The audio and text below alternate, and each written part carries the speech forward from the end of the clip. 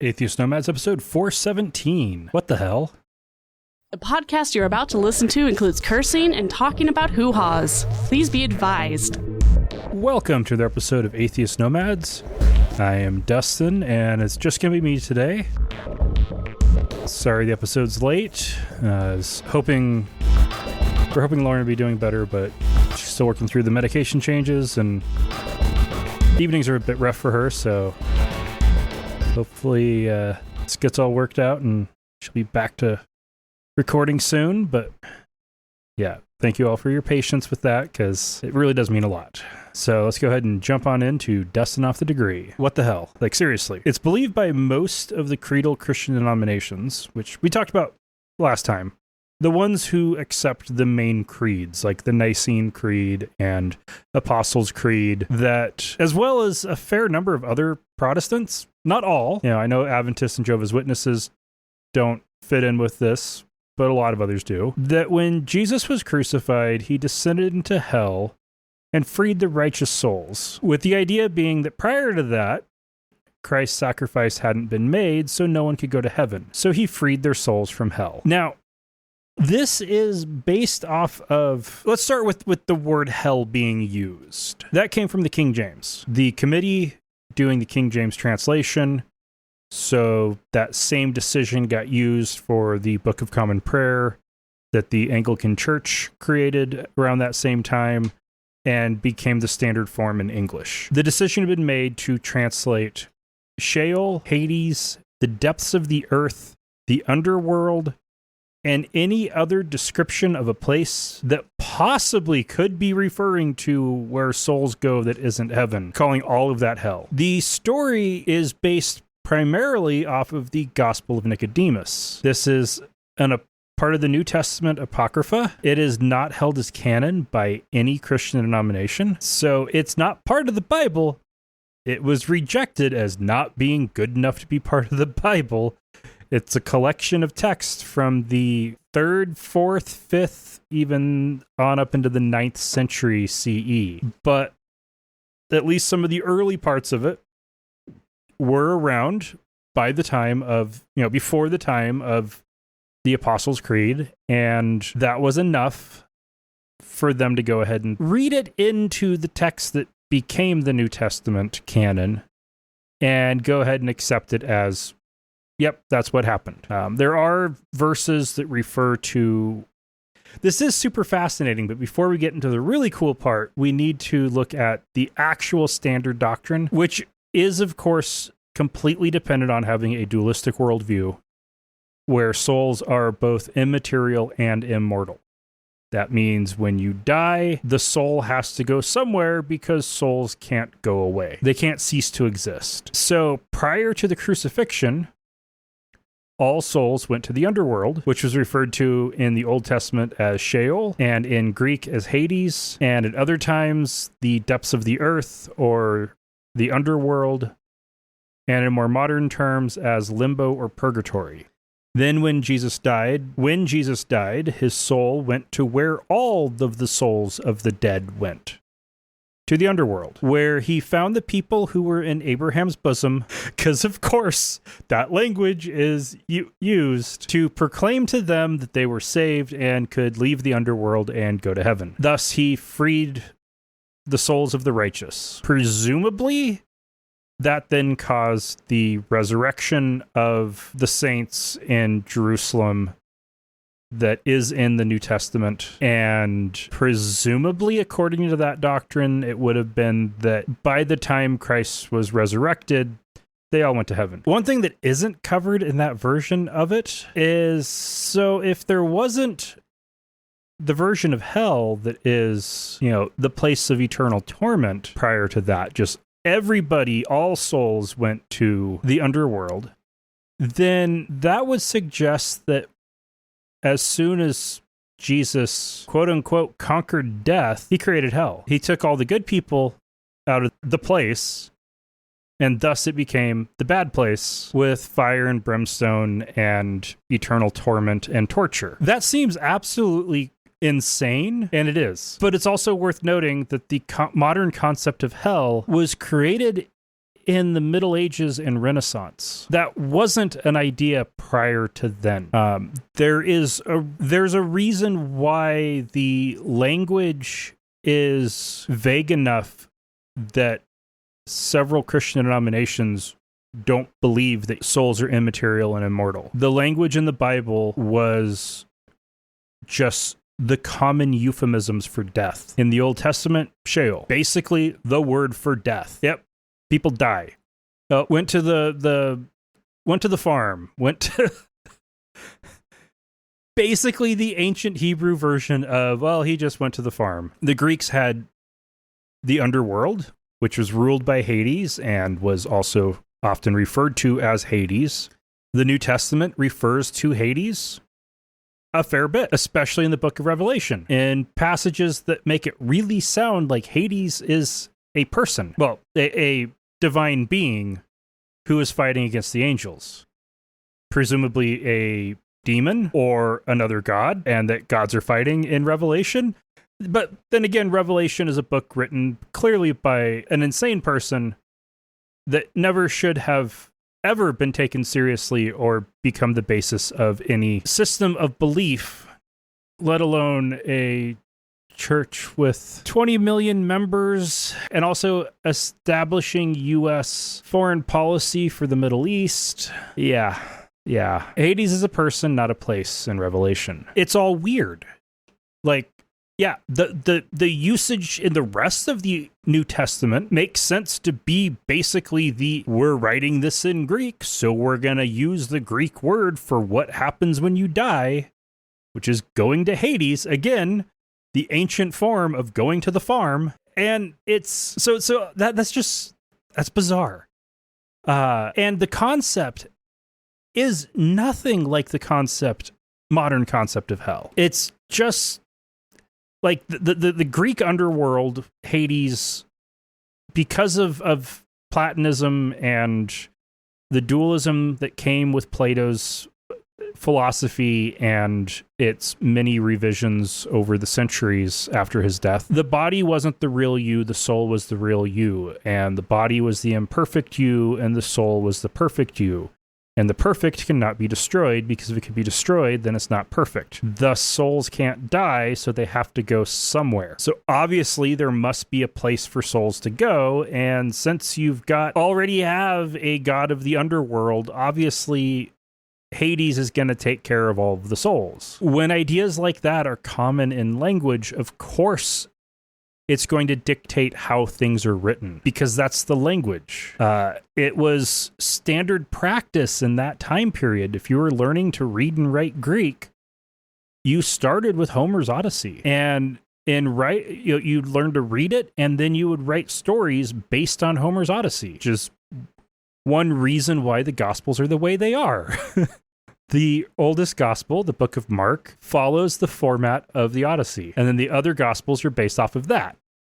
So, and that's not to say that, they just took Jesus and put him in the Odyssey. No, that's not what I'm saying. Okay, to an extent, yes, they took Jesus and a book of sayings and meshed that together to put him in the Odyssey and create it.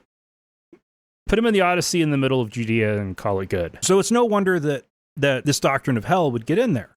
Well, then you get to the Gospel of Nicodemus a couple hundred years later, and it has the story about Jesus going to Hades to free the souls. That's a story that it makes more sense in light of Greek mythology than it does in light of the Bible. Considering the fact that Christianity was created in the Hellenistic Greek culture, it absolutely makes sense that major elements of that would creep in.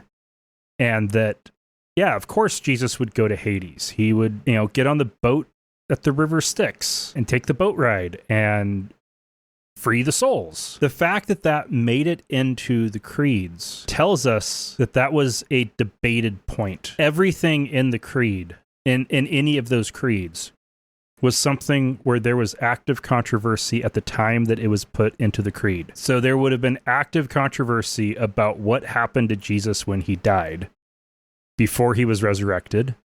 And one group said he went to hell. Well, went to Hades went to the underworld, freed the souls, and came back. And the other side probably would have said something like he was dead. There was probably even a contingent that would have said, well, he went up to heaven. He had to go up to God's side to get God's blessing to find out that it worked so that he could come back down and be resurrected. But one side won the debate, and that was the side that decided that Jesus went to the underworld and freed some of the souls that were there. And it took another 1,000 years for what happened to the rest of the souls there to be fleshed out into there's fire and pitchforks and torture and torment. Most of the dusting off the degrees are things that I have at least some base knowledge about. This was one I had never looked at in any depth at all. I knew some Christians believed that Jesus went to hell when he died. That was all I knew. To actually dig into it and find out what they actually believed happened and where it came from has been so fascinating and so fun and hilarious. And really, all I can say is, what the hell? All right, we've got some news. First up, Pastor Rich Pinoski, who is from the Warriors for Christ DC chapter, has previously made the news for suing his daughter's school when she was sent home for wearing an anti-gay shirt, and his 2013 lawsuit against Apple for making computers that let him access porn, and his 2016 lawsuits to get permission to marry his computer, because if two gay men can get married, then why can't he marry a machine? In 2017, he sued 4 Democratic members of Congress for having a rainbow flag outside of their offices, because that established the religion of homosexuality. All right, so he joined with his buddy lawyer Chris Servier and Tex Christopher, who is a lobbyist and described in the lawsuit as a former bull rider, and they sued Washington, D.C. for painting the words Black Lives Matter on a street and naming it, part of the street, Black Lives Matter Plaza. In the lawsuit, they claim that Black Lives Matter is a cult that is a denomination of the religion of secular humanism, which is the favored religion of the city and the country, and that anyone who disagrees with their gospel narrative is a second-class citizen. So they want the banner, which it's not a banner, it's paint on the street, not a banner flying over the street, to be replaced with 3 banners that say Blue Lives Matter, Green Lives Matter, and All Lives Matter. They also want a similar street to be named Jesus is the Answer Plaza. They went into detail in the lawsuit about the religion of Black Lives Matter's beliefs, including, quote, Black lives do not matter to the Black Lives Matter cult unless a black person was killed by a white police officer in the line of duty, end quote. And of course, the lawsuit was dismissed because it is frivolous and insane. Yes, secular humanism has been identified by the United States Corrections Bureau as a religion. There are not denominations of secular humanism, and Black Lives Matter isn't an organization. It's a movement, and denominations are organizations, not movements. And last time I checked, Black Lives Matter had heavy involvement from churches, especially black churches, and that most of the leaders and many of the people involved are Christian or Muslim or otherwise not secular humanists. So this is as ridiculous as the wanting to be able to marry his computer, which obviously he just wanted to marry his computer so he didn't have to feel guilty about all the porn he was watching. Since that way he's having sex with his spouse, the computer. With this street, though, yeah, pretty frivolous. And this guy is, well, pretty stupid. And to make it clear that I'm moving on to the next story. Next story. We have an update on what's going on in Israel, where Israeli security personnel again entered into a violent confrontation with protesters at the site of the Al-Aqsa Mosque at the top of Temple Mount in Old Town, East Jerusalem. Specifically, they were clearing the area of Muslims to make room for Jews to observe Tisha B'Av, a day of mourning for the destruction of the two temples, the Solomon's Temple and Herod's Temple. After the crowd had been dispersed, 1,000 Jewish worshippers arrived to disperse that crowd for the worshippers to get there. The police used sponge-tipped bullets, tear gas, and other crowd control weapons. This has been, the Jordanian Foreign Ministry has claimed that this is in direct violation of the 1994 peace treaty between Jordan and Israel. Article 9 of the treaty allows Jews and others to access the holy places on the condition that the parties act together. They're claiming that there was no coordination from any of the Jewish groups with the Islamic Waqf, which is the religious trust that manages the mosque area on behalf of the Jordanian government. Because as part of that temple, the Jordanian government are the custodians of the mosque. That peace treaty was the one that got Jordan to acknowledge and recognize the existence of Israel.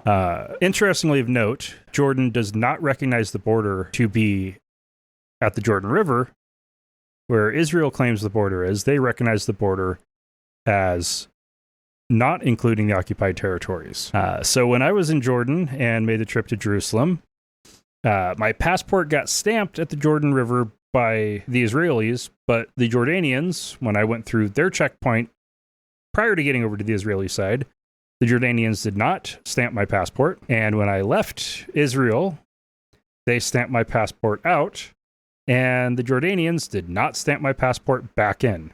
They just verified that I already had a visa to be in the country. So it was, yeah, that was a tense border crossing. What's going on now is pretty crazy.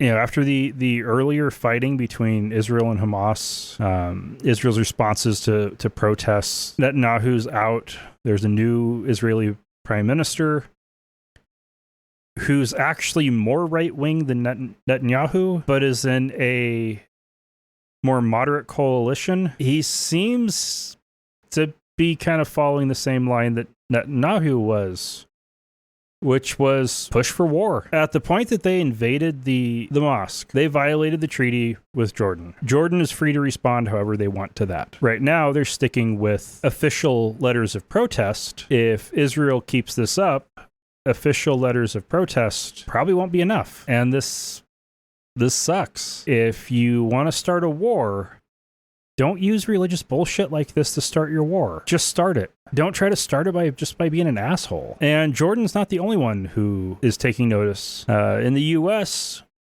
the United Church of Christ, at their annual synod, adopted a resolution that called the oppression of the Palestinian people a sin. This is a reiteration of an existing proclamation they've made over the years, several times over recent years, and it passed by a vote of 83%, saying that what Israel is doing is a sin and that they need to stop oppressing the Palestinian people. In response to that, the American Jewish Committee denounced the United Church of Christ resolution, saying it, quote, demonizes Israel, fails to offer a credible path to Israeli-Palestinian peace, and undermines advances in Christian-Jewish relations, end quote. They're not the only ones, too.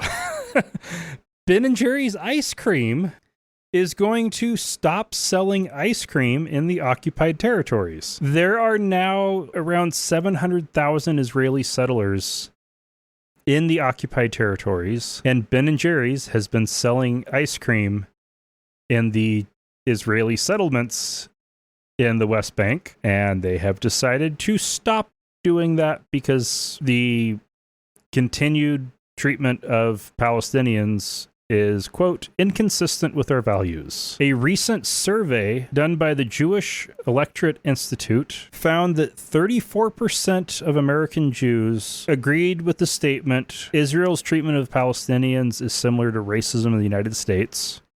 25% agreed Israel's an apartheid state, and 22% agreed that Israel is committing genocide against the Palestinians. At the point that nearly a quarter of American Jews think that Israel is committing genocide. How is the U.S. still supporting them? Now, of course, I alluded to the reason why in the Dustin Off the Degree, the denomination that bases most of their doctrines on Revelation, I was, of course, alluding to the Seventh-day Adventist Church. The foreign policy based on Revelation is specifically the evangelical belief about what's in Revelation, dictating U.S. foreign policy towards Israel with the specific goal of making sure that Israel stays in control of Jerusalem and East Jerusalem so that they can rebuild the temple so that the red heifer can be sacrificed on it and bring about the apocalypse. The motivation behind the official U.S. policy is for the Israelis to tear down the Al-Aqsa Mosque to start World War III. Religion and government really shouldn't have anything to do with each other. Religion and foreign policy absolutely should not have anything to do with each other. And moving on, Rick Wiles, a pastor, right-wing conspiracy theorist, end times prophet, and broadcaster on the True News program, used his Friday episode last week actually calling for civil war. We're watching it being taken from us, and we're too lazy to stop it. We ought to be ashamed that we're allowing these cowards to take our country. We don't want to be inconvenienced with putting down a communist revolution. Well, too bad it's here. Yeah, it's here. And if the people don't do something very, very soon, you're going to end up in a concentration camp. And after that, you're going to end up in a grave. Yeah. He's saying that American liberals, Democrats, presumably atheists, all the lefties, really just commies that are too cowardly to bring about a revolution, but yet he thinks that it's time to stop the communist revolution. He's calling for civil war and calling for right-wing people who would believe what he's saying to start picking fights with and killing a lot of people. And I know that extremist Christian blowhards like this have been saying terrible, horrible things for a long time. This is hitting a real new level. I don't think anything's going to happen of this, but God damn, it's scary. And in related news, the American Family Association, the Christian nationalist group that has shifted names several times and been in the pre-Trump era was worthy of the attention of the podcast quite a bit. Well, they're back using their One News Now news service to claim that the people involved in the January 6th insurrection, which of course they use the term insurrectionists in quotes, they made the claim that they are languishing in solitary confinement in the nation's capital, which they aren't. Yeah, a few have gotten convicted and are starting their sentences. Some have not been able to make bail and are in jail awaiting trial. Others are at their homes awaiting trial. There aren't a whole bunch of them in solitary confinement, and most of them aren't being confined in the nation's capital anyway. And this isn't their first story sympathetic to the insurrectionists. They've also recently claimed on their programs, which they own several radio stations with a $21 million annual budget. They've used that to claim that the people awaiting trial for overrunning the Capitol, assaulting more than 140 police officers, doing millions of dollars worth of damage, and engaging in open insurrection against the United States, are being treated or that their treatment is, quote, akin to Gestapo tactics or the KGB. This is insane.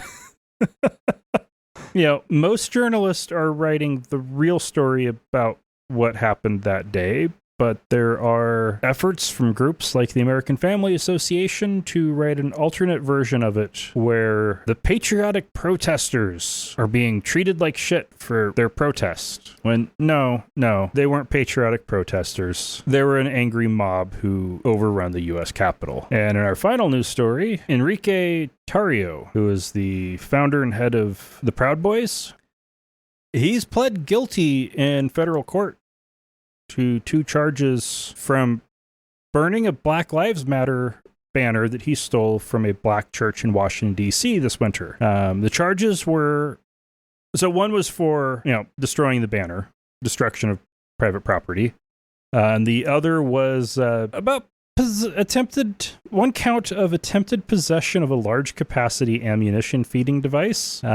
He claimed that he was selling the high capacity magazines to someone when the cops picked him up and he had them on him. So this all came down on December 12, 2020. There were 2 massive pro-Trump rallies with a bunch of extremists speaking. The Proud Boys were there.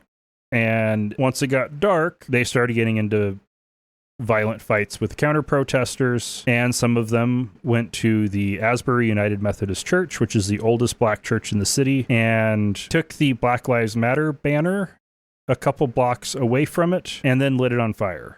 3 other black churches in D.C. that night were also vandalized. So he then returned back to Washington, D.C. from his home in Miami on January 4, 2021, to participate in another pro-Trump rally where he got arrested for destroying the banner that he'd bragged about on social media.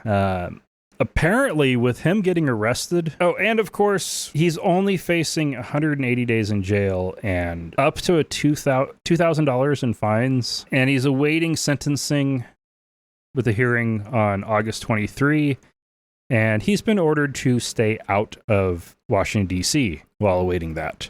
Interestingly, since he was arrested, word broke out on January 27 that he had been a prolific informant for the FBI and law enforcement after his 2012 arrest for rebranding and reselling stolen medical devices. And then between him not being there for the January 6th insurrection and being outed for being a federal informant, the Proud Boys are starting to split up.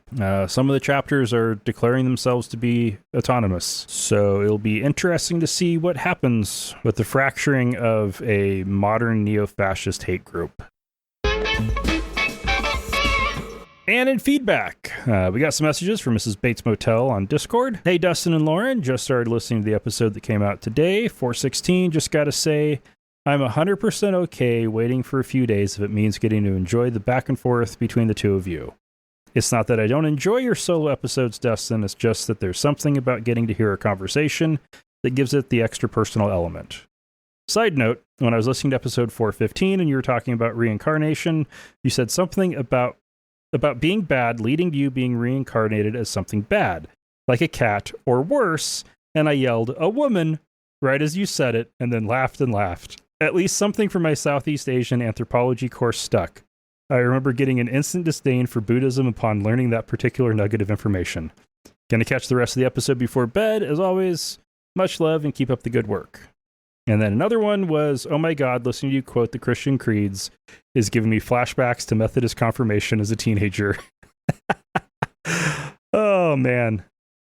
No, it's good to hear that the back and forth is worth it. And I totally agree. It's the majority of what this podcast has been throughout the, now 417 episodes has been me having conversations with people. It's been different people at different times, but that's been the main core of it. And just me talking into the microphone, having a conversation with people who aren't actually here is not the same as having a conversation with somebody that I'm talking to. So yeah, it's a totally different style.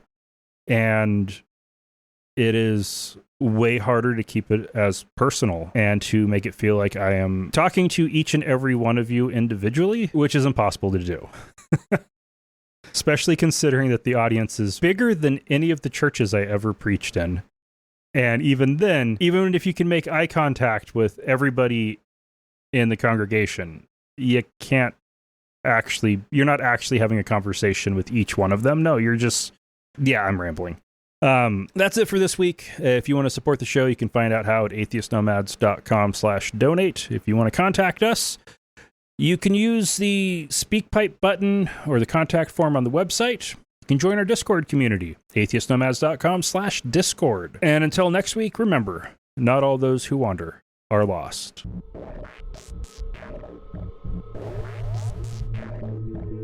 Thank you for listening to another episode of Atheist Nomads. You can find show notes and contact information at atheistnomads.com. Follow us on Twitter at Atheist Nomads, and like us on Facebook at facebook.com/atheistnomads. Please subscribe to the show in iTunes, Stitcher, or your podcatcher of choice, and while you're there, feel free to leave us a review. Theme music is courtesy of Sturdy Fred. Until next time, this has been the Atheist Nomads.